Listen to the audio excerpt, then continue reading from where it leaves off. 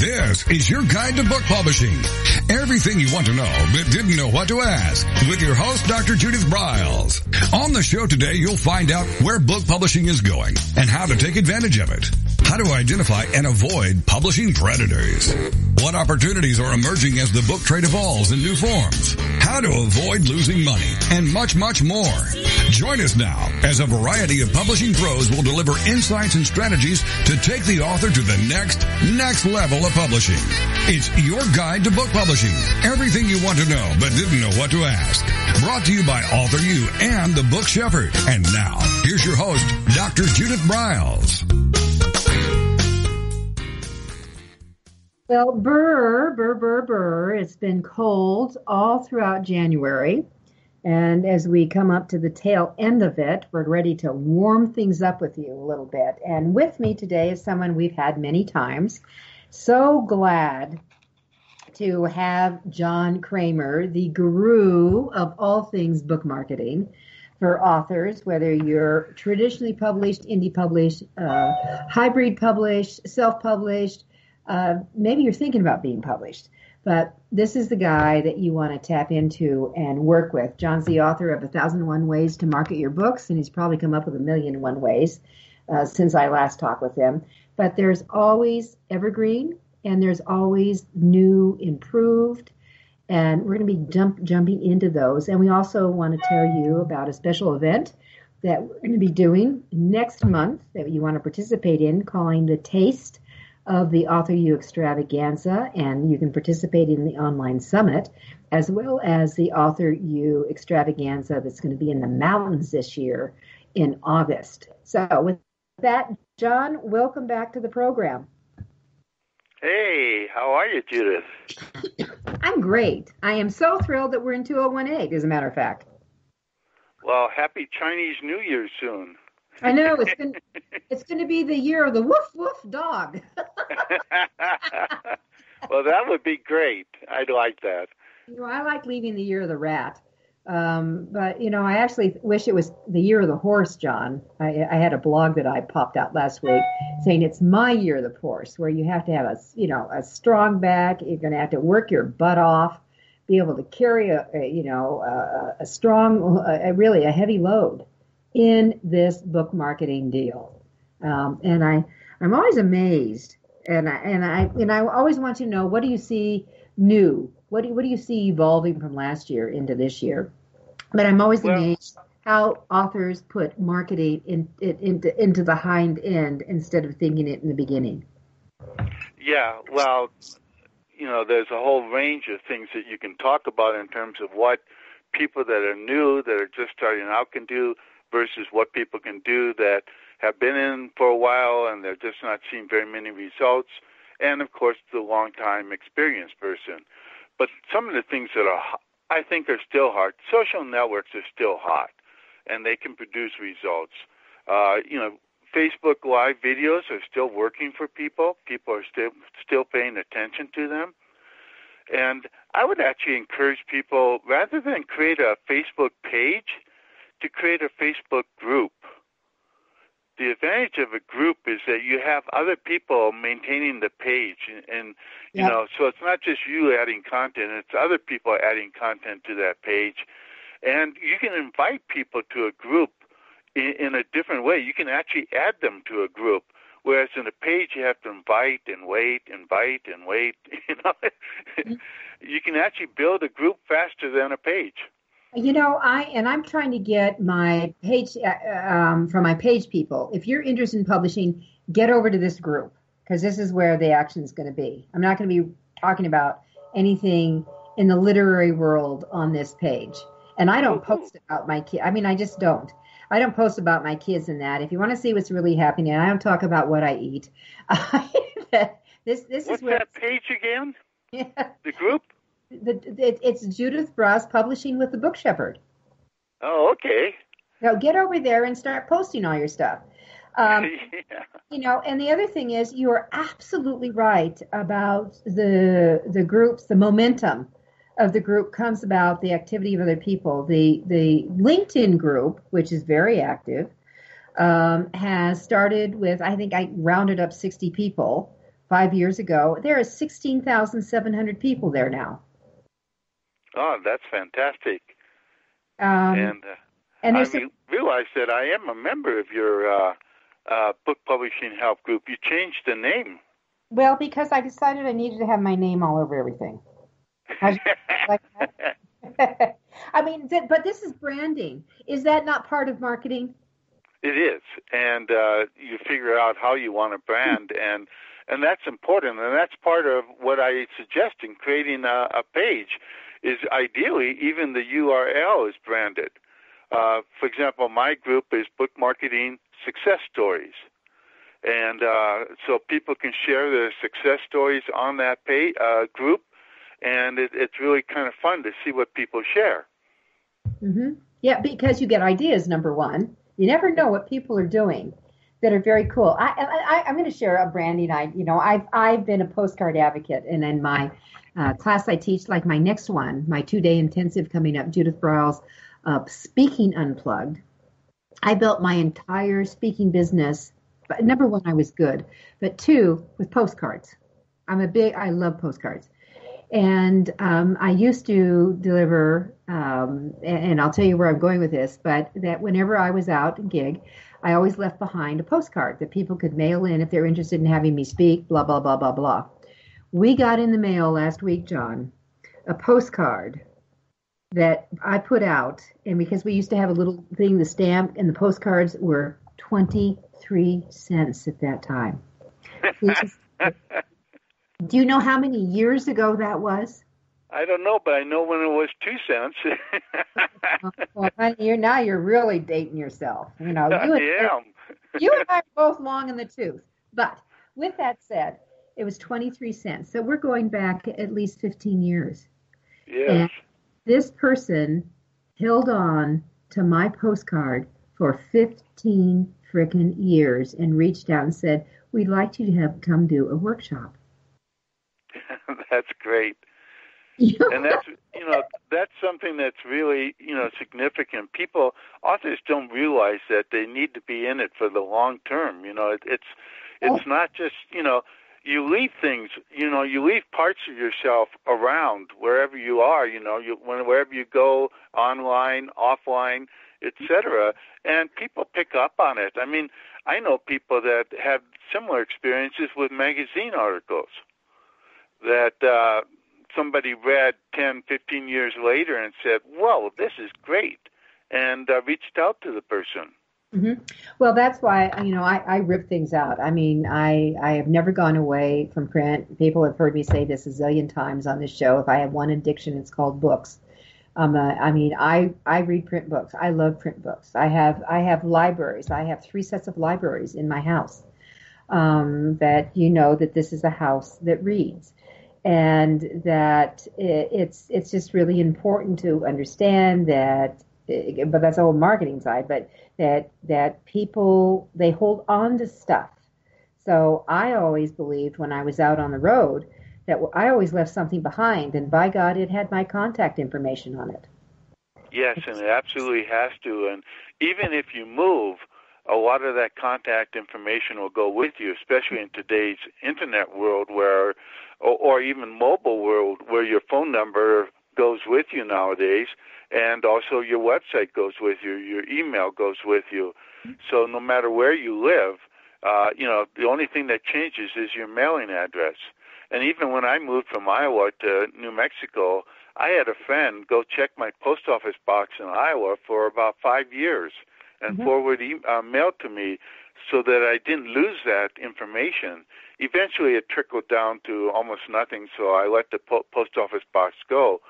But for many years I kept it on, and my friend kept sending me the mail. Mm-hmm. And that's what's really important, to have that. And see, we get this too. We keep our P.O. box, and we go down once a week to check it. But most of it comes to our actually physical address now. But there's still the hanger-ons. We've had this P.O. box for, over 10 years. Yeah. And I debate it. Do I dump it? Do I go, you know what? No. So. And for me, that's still crucial. I still get lots of good stuff from the mail, in terms of questions, orders, and so on. Although most of it nowadays in today's world obviously comes through email and social interactions. And, that's still going to be the case. The other thing with Facebook that's still important for people is, authors really need to try out Facebook ads. They're still working for people. I go to Facebook and, every time I'm seeing ads all the time. And so it's still working for people because I wouldn't be seeing those ads if it wasn't working for people. Now, there are some stupid people that will keep doing ads that don't work, but most people don't do ads unless they work. Well, I think that's something they try. I had a discussion just the other day with someone on the Facebook ads things and was not real happy with some of the outcome. And I said, well, that I don't know how you're measuring or how you're looking at them. I don't know what your Facebook ads look like. I don't know where they're being dropped into. I mean, those are all critical things that you have to set up from the get-go. And the most important thing is, who are you targeting on Facebook? Absolutely. Because if you just say, well, I'm going to run an ad and you don't really pick a good targeted group, it's not going to work that well for you. So you really have to think about that Facebook ad and then test it out and then change it and then test it again and change it until it's working for you. And, so to me, if somebody comes to me and says, well, the Google ads aren't working for me or Facebook ads aren't working for me or Amazon ads aren't working for me, the first thing I ask them is, how many tests have you done? How many changes have you made? Have you found something that works? Because in all three of those advertising opportunities, people have found ways to make it work, but you have to keep testing until you find the right wording, the right audience to make the ad work. Now, Facebook ads, because you can really target them in a much more, in a deeper way than you can with Google or Amazon, is really important. And, so for me, that's why I really like Facebook ads. And so far, they're still, you're able to target in a really deep way, and that's valuable. So I would recommend, if you're a newbie, and you haven't done anything and your book is about to come out, well, then you need to do some Facebook ads. Okay, so John, hold that. We're going to take a quick... Whoa.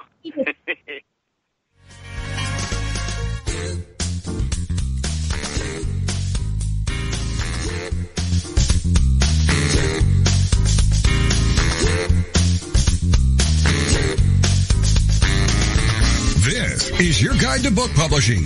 Everything you want to know but didn't know what to ask. With your host, Dr. Judith Briles. And we'll be right back with more great information right after these.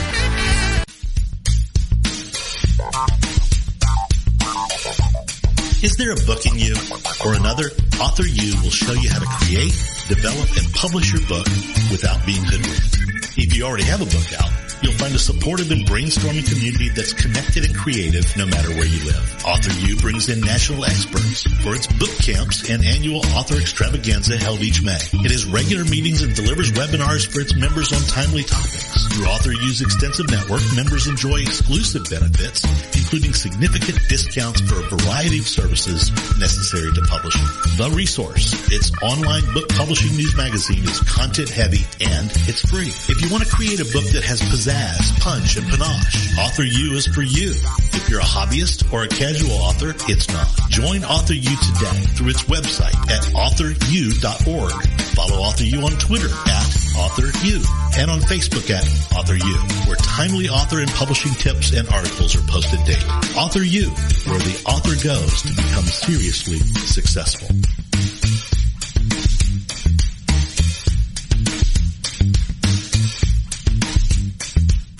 First impressions are everything in the world of book publishing. Whether your book is an ebook, a print version, or both, your book cover needs to pop, sizzle, and sparkle to immediately capture the attention of your audience. And your book's interior needs to be just as dynamic and reflect the professionalism your readers demand. Nick Sellinger of NZ Graphics has won numerous national and international book awards for his cover designs and interior layouts. With over 20 years of experience in graphic design, he knows what it takes to create award-winning books and the many promotional pieces that authors need, such as posters, banners, postcards, one-sheets, business cards, logos, and more. Visit ncgraphics.com and see what authors and publishers have to say about their award-winning books and how NZ Graphics can make your book the success it was meant to be. That's nzgraphics.com. Welcome back to your guide to book publishing. Everything you want to know but didn't know what to ask. If you want to write and publish a book, if you want to be successful as an author, your guide to book publishing, everything you want to know but didn't know what to ask, is for you. Stay tuned and you'll hear about statistics, scenarios, and strategies on what to do now to get you published. So let's get back to the show.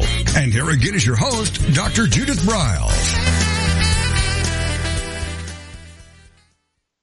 Well, we're talking about marketing, book marketing, your marketing, author marketing for this amazing year of 2018, which is going to be the year of the woof woof dog, according to the Chinese. And with me is book marketing expert John Kramer. He's the author of 1001 Ways to Market Your Books. He's the mentor to a zillion authors who have sold a combined, listen to this, 1 billion, actually over 1 billion with a B books. He's the founder of the Billion Book Initiative and to help the next generation of book market authors sell another billion books. So that's you, dear listener. So John was just, we got a little bit cut off at the end. We were talking about why you needed to really do your testing. And I think one of the things, John, that you said that people don't grasp is testing. Testing their ads before they go full blown with them and their markets. Well, you absolutely have to do that because otherwise you're wasting money and you're wasting time. So, to me, it's all about testing, and that's a really neat thing about online ads is that you can test at a very low cost. You can limit your exposure to what it's going to cost you. You can say, okay, I want to spend $3 a day or $10 a day, so you can limit it, and within 5 days you'll know whether or not that ad's working, and then you switch it if you need to. Mm-hmm. So it's a really amazing technology in a sense that allows you to reach out to people and very targeted group people and actually produce some sort of real results with it. And to me, that's what, social networking or online marketing is all about. You really do have to test. And of course with me, with Facebook ads, the one thing I want to do is add the person to my list because the list is everything in a sense. Mm-hmm. But if you're doing let me just add this. If you're doing online marketing or whether it's an ad thing, you've got to, that I'm assuming if they come back and they bite, they're on your list, which is you want, but you're not going to be able to add them to your list until they bite at whatever you're offering. Is that correct? Am I thinking right? Wrong? They have to click on your Facebook ad, and then once they do that, you have the opportunity to add them to your list by giving them something free, and then of course you might add them to a second list when they actually buy something from you.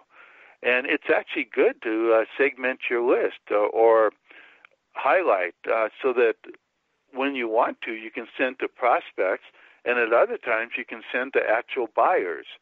And, that's one thing that when you have email technology, you should be trying to get people segmented so that you can actually target only the people who have bought from you when you've got something that you want to offer special. I love that idea. So that you go, and we do multiple lists when I come back from groups, and I've added new names on. But I think really having people who are true buyers, that number one, they become fans, assuming whatever they bought works. Right. You've got fans that you can just go on. And I think now we're talking back to, we're kind of tiptoeing into the super fan phrase that when, if you've got super fans, you don't need, well, if you had a couple of thousand super fans, let me tell you, you're talking about creating nice income. When you have multiple thousands of super fans, you don't need 100,000 book sales.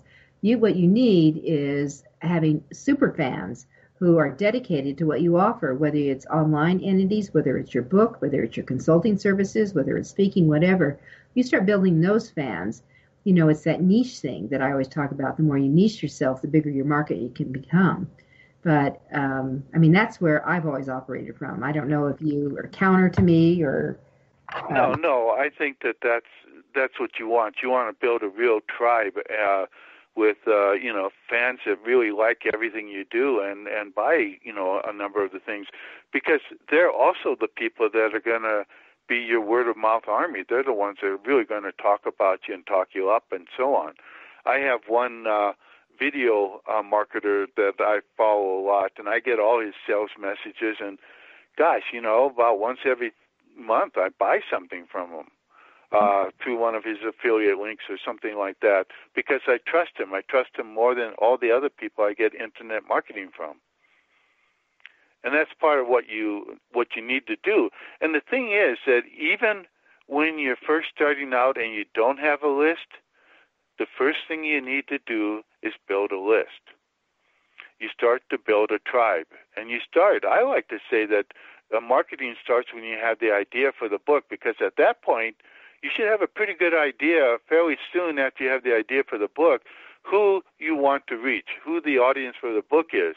And so you start to build, as you're writing the book, you start building a website or platform for people to get to know you as someone who's passionate about this particular topic, whether it's, and even with fiction you do that.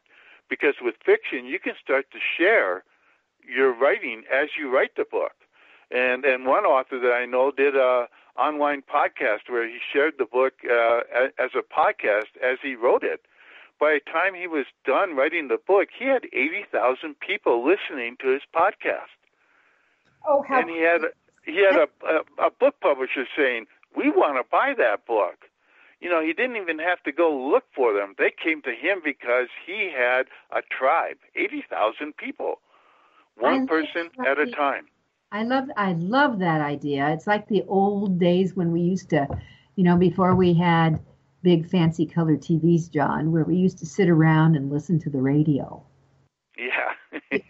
Remember, that's a discussion I had with someone last night over dinner about the first time. We can remember seeing the first color movie. I couldn't remember seeing the first color movie I saw, but I do remember watching after the 3 channels went off the air at night on our little black and white box. You didn't watch the test pattern, did you? Yes, I did. Me too. I loved it. I always waited on Saturday morning until the station came on. I watched the test pattern until my favorite Roy Rogers Western came on or something like that. But, the podcasting is still a very vital avenue, because people listen to podcasts riding to work, driving to work, running, doing exercises, working out at the gym, cooking. There's lots of places where people say, I want to listen to something and it not just be the latest hip-hop thing or something like that. I want to be educated, or I want to be entertained. And there's 2 different kinds of podcasts you can do, an entertaining one or an educational one. You have, with this show, an entertaining show. Not an entertaining, well, sometimes, but it's mainly an informational, educational show. And, that's what its primary purpose is, and that's why people tune in over and over again. Mm-hmm. And it's always different. One thing we have not done on our show in 4 years is what they call an encore show. It's always new. I don't do reruns. So it's like I'm actually, as people are listening to this show, I am underground finishing my 36th book. All right. And so we done a pre-record. It's new information, new material, some old, some new. And that I'm going to escape so I can do my writing, but I always leave behind fresh new stuff. And I think that helps. Yes, and, it's one reason that, I have an active website where, I'm always putting up new content because, again, it's sort of like leaving things behind for people to discover you. And the more content you have on a website, the more opportunities people have to discover you.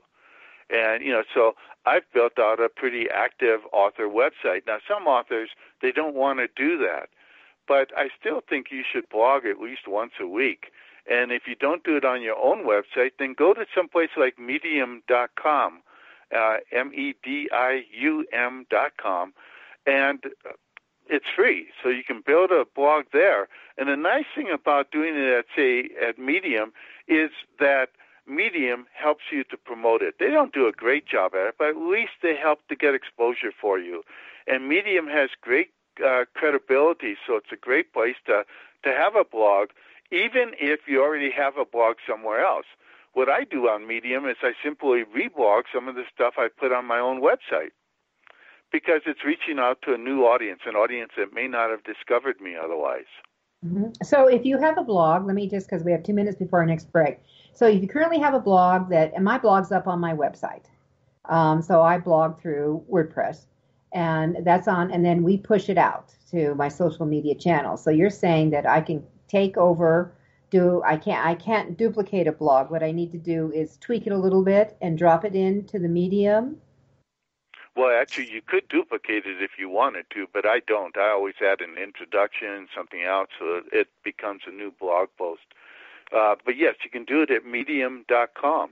Yeah, and the neat thing there is, again, you can create your own special, I think they call it I forget what it's called now, a publication, I think they call it, where you can actually brand it. So you can call it, I think I call it Book Marketing Success Stories. Okay, so I think that's a great idea. So it's medium.com. Is that correct? Yep. Okay, so there's a way to expand what you're doing, everyone. It's part of building. It's building your brand. It's building your opportunity for success, and it's really called. Is it going to take you a little bit more work? Maybe 5 to 10 minutes to tweak that opening paragraph, rearrange your bullet points, rebroadcast, and you're off and running again. John, we're going to take another quick break. Everyone listening to, I know, you can tell it's coming, AuthorU, your guide to book publishing. I'm Judith Briles, and I'm your book shepherd.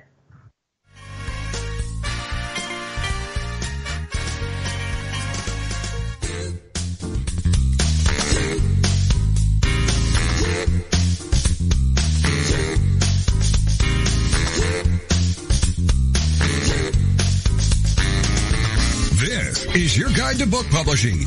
Everything you want to know but didn't know what to ask. With your host, Dr. Judith Briles. And we'll be right back with more great information right after these. Want to publish like a pro today? Well, then take a look at Ingram Spark, the only publishing platform that offers print and ebook services through a single source. Upload, edit, and manage titles all in one place. Take more control of printing costs with print on demand and reach even more readers through one of the world's most extensive distribution networks. Built by independent publishers for independent publishers, Ingram Spark has everything you need to maximize your book's potential: color printing, ebook distribution, print on demand, global reach, and more. Start publishing with Ingram Spark today and see just how far your titles will go tomorrow. That's ingramspark.com. Many of us have dreamed of writing a book. Some of us even have.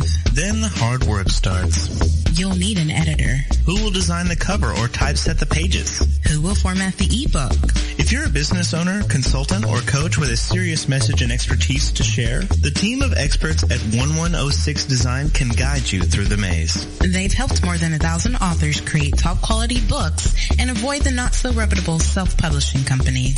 Learn more at 1106design.com. Then call Michelle at 602-866-3226. 1106 Design.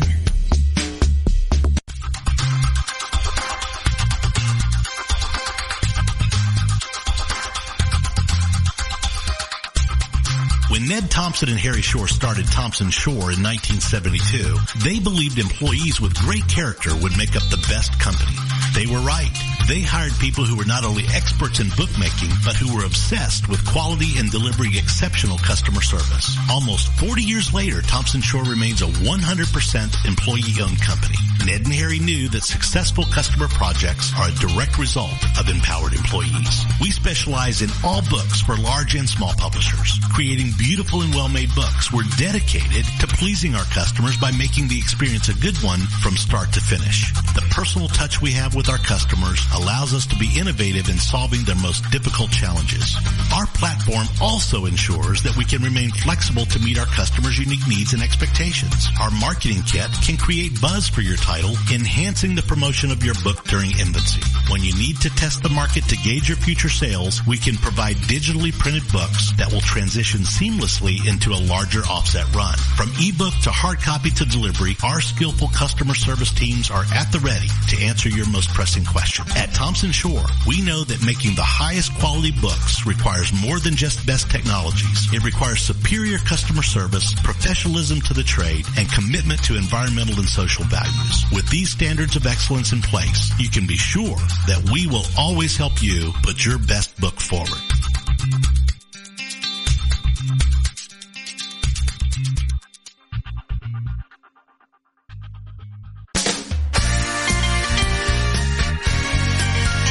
Welcome back to your guide to book publishing.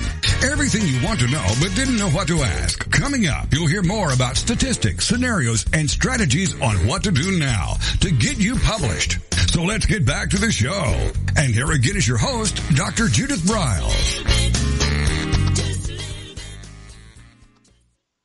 All right, we're talking about you, your success, your book, and why not join the billion other authors that book marketing expert John Kramer has worked with over the years. Well, one way you can do it, I can tell you, is you should be attending the AuthorU extravaganza, which is going to be August 24th, 5th, and 6th next year. And on a special add-on, actually it's the 23rd, John and I and Kathy Mice are going to be doing a very special advanced book marketing breakthrough session on the 23rd. It's a special add-on. The real extravaganza is the 24th and 25th.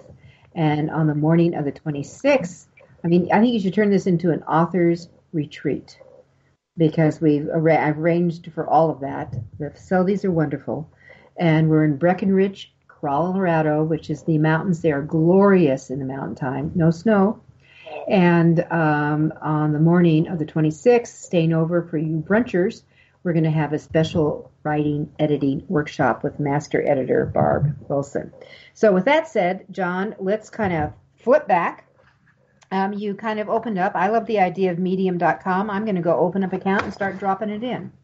That'd be great. Yep, and Medium is, it's one of the top websites in the world. So, you're getting not only, people can subscribe to your publication and things like that. So it's really, can have a big impact. It definitely has more traffic than you do. And it, any of our websites, its Alexa rank is 312. So you know how big it is.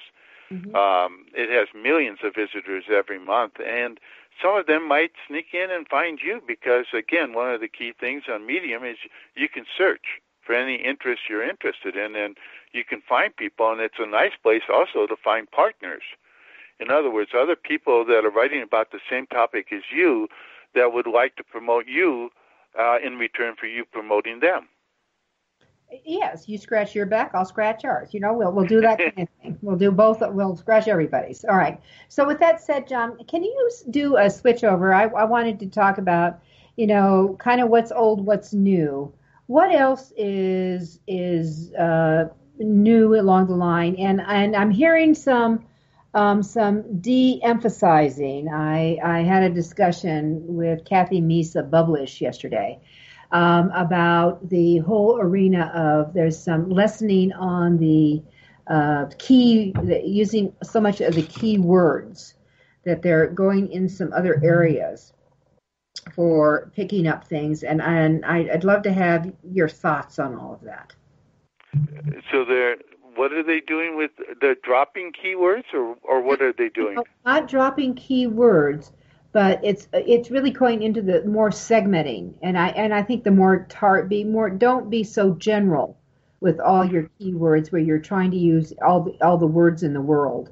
And no, and I never do that. What I do is I write good content for the people that I want to reach, and that automatically includes the keywords. So I don't worry about the keywords at all myself.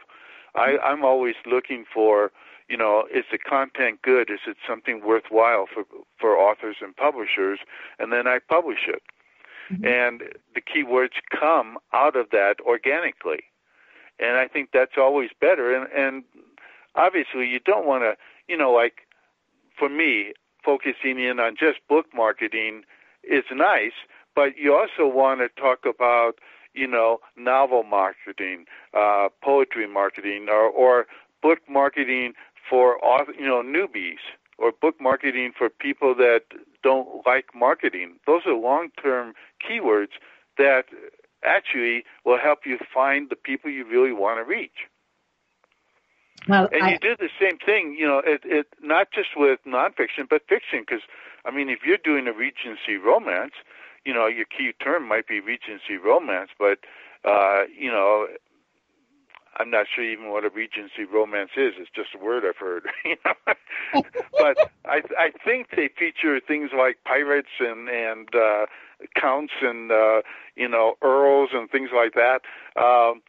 So you'd look for what other kinds of keywords, romance in the 18th century or something like that, or love in the 18th century, so you look for other kinds of keywords that people would be looking for. Well, I think to add on to that, John, what they need to be thinking of is to stop thinking like yourself, and you need to start thinking about your market and how they're thinking. And if they're in Google and putting in the search box, as they're searching out what kind of words are they going to be using and playing around with, instead of just marketing. Yeah, and that's one thing that where having a Facebook group really helps, because you can ask your group, or even all your social media, what do you type in when you're looking for help? In your particular area, and doing a poll like that or something like that really does help. In fact, I saw yesterday on Facebook one woman. She's launching a book in a few days, and she asked, "Which of these two promotional videos do you like, the short one or the long one?" And she put it into different groups, because you can run a poll in a group. So if you belong to different Facebook groups, and I belong to about 40 of them, most of them related to books and authors, and the thing is, she can poll and she can find out. And what I said is, neither one. Because they were boring videos, and her book is a fun book. So I said, you got to create a fun video. Your videos are too much like sales and boring sales. So you got to make it fun. You got to get people excited about your book. And, I think probably the best book video I ever saw on YouTube thus far is the one where 3 women were sitting on their chairs reading a novel. And they were laughing their heads off. And it was like, 30 seconds of women just laughing and laughing and laughing because the novel was so funny. You think that I would want to buy that novel? Yeah. You bet. And it was just 3 women sitting there reading the novel. You could see it because it was face out. They were holding it up, and they were reading, and they were just laughing and laughing. That was enough to sell me on the book. And how long was the video? Do you remember? It was 30 seconds to a minute. It wasn't that long. It doesn't need to be that long. I mean, how many laughs do you need? I love but it was a very effective video. In fact, I wrote about it, and I said, hey, you guys could duplicate this in 5 minutes. Mm-hmm. Get 3 friends to sit down with your books and read it and react to it. And just film their reactions. You don't have to, my books aren't necessarily funny, but they're still interesting. And would they, how would they respond? Would they go, "Oh, wow," and even that's good enough of a response. You get a few people going, "Oh, wow," while reading your book. That's going to get people going, "Whoa, I wonder what they read." I was up at, reactions really do count. Being able to visually see them. I was up at, we have about 3 minutes to our next break here, but I was up at Thompson Shore speaking at their first, what will be an annual Booktoberfest. It was way fun. And one of their board members is the senior VP for Knopf. And they knew that I liked Dan Brown, and they brought out a sign, Dan Brown's latest book, signed for me, which I was thrilled to have. And when he was talking, he actually had another edition of it that he actually held up. He was talking about the quality of book manufacturing and things like that. And he held it up and he ripped it. And I was sitting in the audience and I went, I did, "Oh my God." And he went, "No." And he turned to me and he said, "That's exactly what you want to see. That's the reaction that we want to see." And that's the kind of thing, those kind of reaction. That's a fun tip to do. You don't need we're not talking about doing a professional shoot. We're talking about a casual, impromptu, real time, real person. This is a hoot. This is an, oh my God. Oh my, it could be, think about what you could do with a horror book. The person is shrinking down and blanching, and all that. But, it's a simple thing. You can do it with your iPhone. It's not complicated. Most people try to do way too complicated, and so it takes a lot longer. They delay for a lot longer, and whereas they can make something so simple, and they can just get audience reactions and things like that. One of the great things to do is, like, if you're doing a book signing somewhere, and I have a client that's going to Book Passage at the end of the month, and she just sent out an email about it, and she's going to do tarot card readings for people, because her novels are about tarot, or tarot, or however you pronounce it. Those are terrific props that people can do and take advantage of. We're going to take our final break coming up with John Kramer, and we're going to get into, I want him to get into some newbie ideas, as also what if we've got a book that's limping along? What can you do to resurrect it in the fabulous 2018? I'm Judith Briles. It's AuthorU, your guide to book.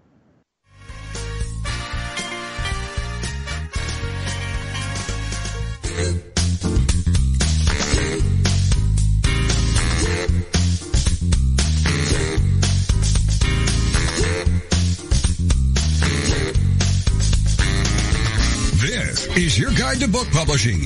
Everything you want to know but didn't know what to ask. With your host, Dr. Judith Briles. And we'll be right back with more great information right after these.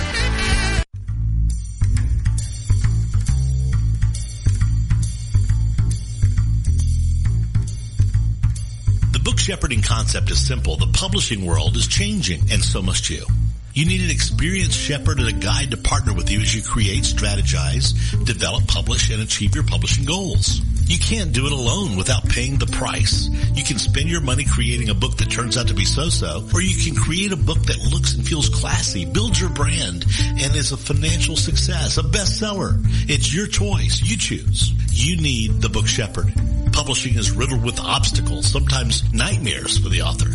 You don't need problems. You want solutions. Dr. Judith Briles will shepherd you through the maze and the chaos. At times, she's had to step in and rescue a book that has been sabotaged by a publisher or by a publishing service provider, or sometimes even the author themselves. Judith Briles is the book shepherd. If you want to create a book with no regrets, give her a call today. 303-885-2207. That's 303-885-2207, or email her at judith@briles.com. By the way, Briles is spelled B-R-I-L-E-S. Follow Judith on Twitter at My Book Shepherd and on Facebook at The Book Shepherd.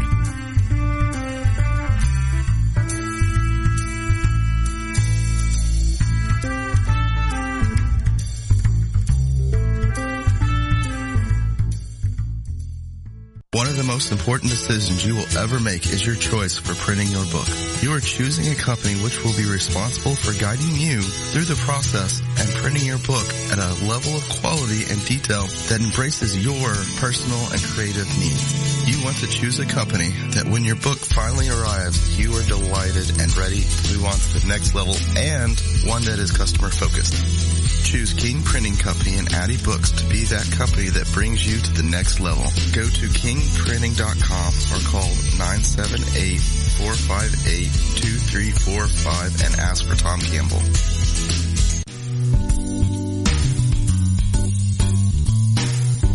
At Total Printing Systems, customer service is our priority. We are located in Southern Illinois. Our employees have an average of 18 years experience and know that customer relationships are important to our continued success. We have been a short-run book printer for nearly 40 years and always stay at the forefront of technology. Our niche is from 1 to 5,000 copies. Today, we offer digital, black and white, and 4-color high-speed inkjet printing, a cost-effective way to introduce color into your short-run titles. We, of course, offer traditional offset printing as well. Bindery is done in-house, from adhesive case binding to PUR perfect binding to mechanical binding of all types, including side sewing. We provide warehousing, kitting, distribution, inventory management, a new print-on-demand facility, streaming browser-based ebooks, and bookstore. Call us at 1-800-465-5200 for a quote on your next book project. You can also visit our website at www.tps1.com.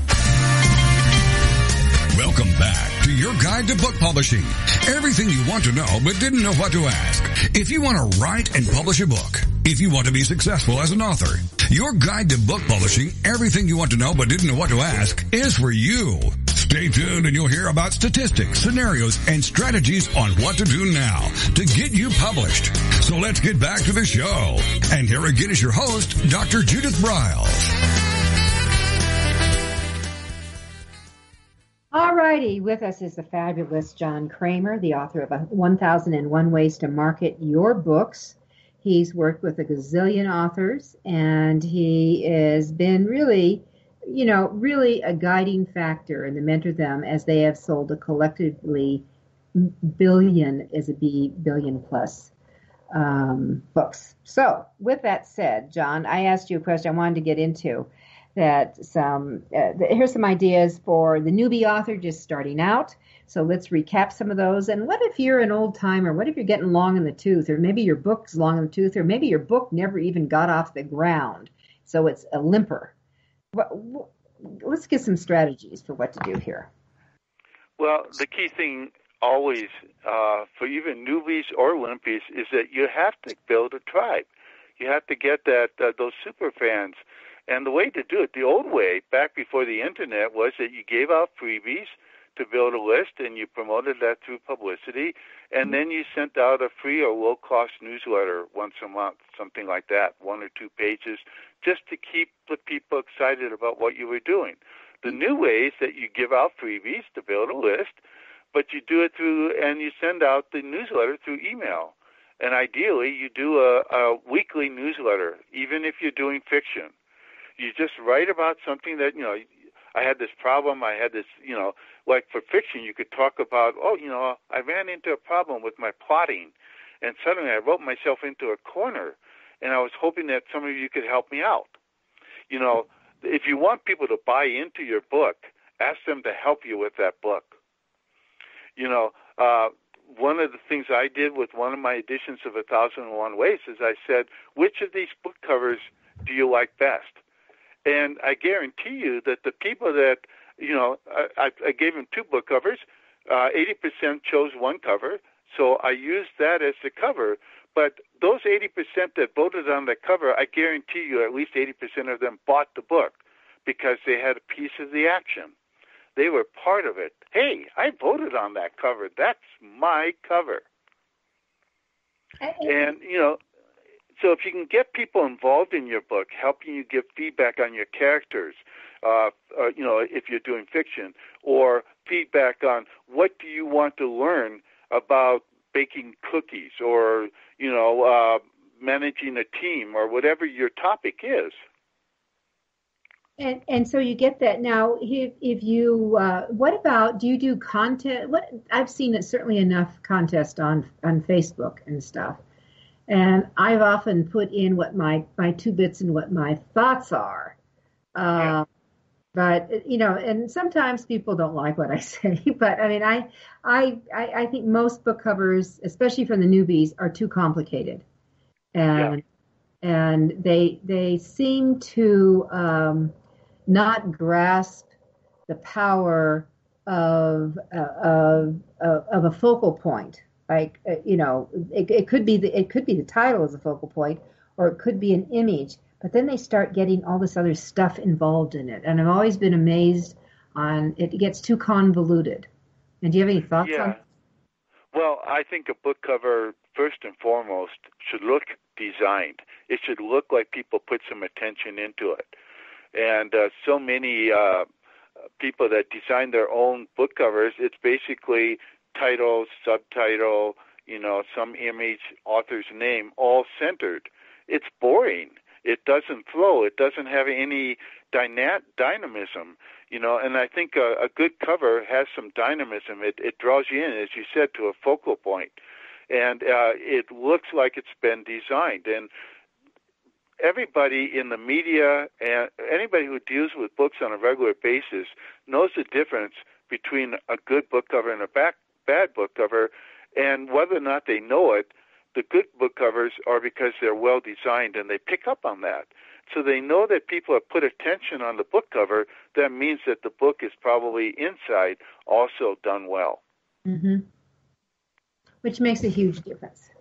And so, if you're a book author and you're limping along, one of the things you might do is change the book cover. You can always change the book cover, especially with most authors nowadays using print on demand anyway. You can go back and change the book cover. If it's not working, if the book isn't selling that well, make a new book cover. Make it exciting, make it feel fresh, and then you can relaunch the book because you have a new cover. And if you have a new cover, often you should be putting a new ISBN on it. Yes, you could do that, and that means you really can relaunch the book so that it really has the feeling of something new. So you can take it back to the review media, you can take it back to the bloggers that maybe wrote about your book in the beginning, but now they'll come back and they'll see the new cover and they'll go, wow, I like that. And they'll probably be more enthusiastic about writing about your book and maybe interviewing you and things like that. If there's one thing that really helps any author, whether they're new, they've been in the business for 10 years, or they're limping along, is to get out there and speak, get out there and be interviewed, just like you're doing with me right now. Mm-hmm. This interview will help me to sell more books, even though I don't know if you've even mentioned 1,001 ways to market your books yet. So I did. I'm going to bop you on your head. I think I've done it a few times, dude. So I think you did mention it. But, that's part of, interviews are great. Being interviewed is much better to me than a review, because with an interview, you're really giving good content. You're interacting with the audience in some way, whether it's print or radio or video or whatever. It does make a difference. And people, when they hear you speak, when they see your interview, that makes a lot of difference. So if a blogger is writing about my book, I don't want them blogging about the book or reviewing it unless they're really enthusiastic about it. I want them to interview me. All right. So what you're doing is that you're saying a live type interview. Number one, that often they're like, I will send you to this for the post podcast. You'll have the master link to this show. What you want to do with it is up to you. You can put it on your website. You could blast it out. You could do variables with it, and you can reuse it with that. So so what you're doing is with a live interview, whether it's people listen to it recorded, of course, later on, if they don't hear you live, is that you're creating grab power. Right. Yeah, which is what I kind of made that up here, the grab power. So there's two things I would do as a limping author. One is I'd probably change the cover, and two, I would get as many interviews as I could.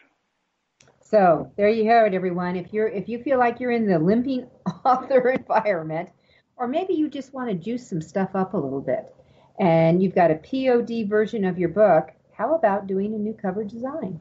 And then do some interviews, and you need to find out who is doing interviews, whether it's TV, which is harder and harder to do. But there's certainly the podcast arena is expansive and mass. And you can do some searches on podcasts that specialize in whatever your expertise or theme is and do a pitch. I mean, that's what I would be doing. Yeah, and then Facebook Live. I mean, there's a lot of people doing Facebook Live, and they're looking for people to interview. Well, golly, I'm one of those. That's right. Well, we you know what, John? We need to do some Facebook Lives again. We had fun when we did one. And we had, we had like 1,000 replays out with other people within a very short period of time, the one you and I did. Right. Yeah. So that's where you're looking for. You're looking for the ripple effect. And I think that from book marketing, people need to think of the ripple effect. Where can it go? And maybe even hook into other channels so you have a new ripple start. How's that for a metaphor? All right. Well, it's one reason that I like Pinterest as a social network because it has the strongest ripple effect of any of the social networks. So if so one of the things to regoose is maybe if you don't have a Pinterest and a board, maybe you better get over there and do that. That'd be fine with me. I'd be happy to follow you when you get there. Actually, I am on Pinterest, and I do have boards. All right, so John, mention your group on Facebook and encourage people to go there. My group on Facebook is the Book Marketing Success Stories group.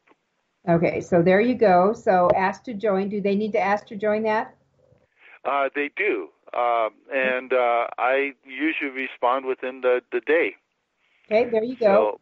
So I love new people in the group, and I love people being active in it.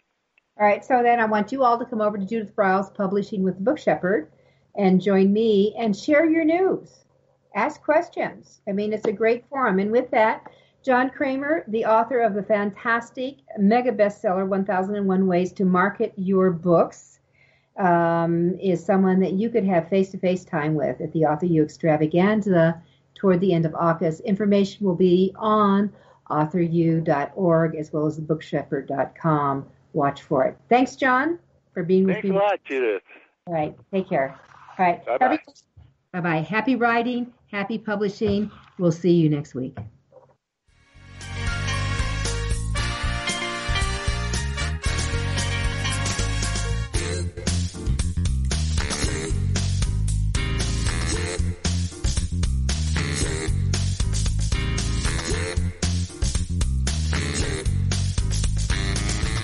Thank you for being a part of Your Guide to Book Publishing. Everything you want to know but didn't know what to ask. With your host, Dr. Judith Briles.